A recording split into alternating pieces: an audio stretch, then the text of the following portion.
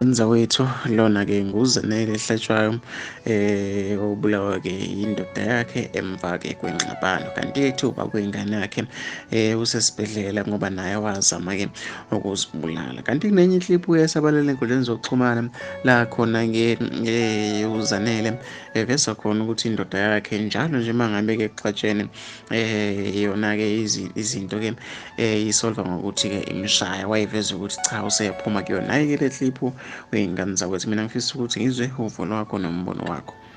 And I'm avoiding us fighting. Like anyone who knows Umtwami, like they would know that he's always ready to rumble. Like he's always ready for a fight.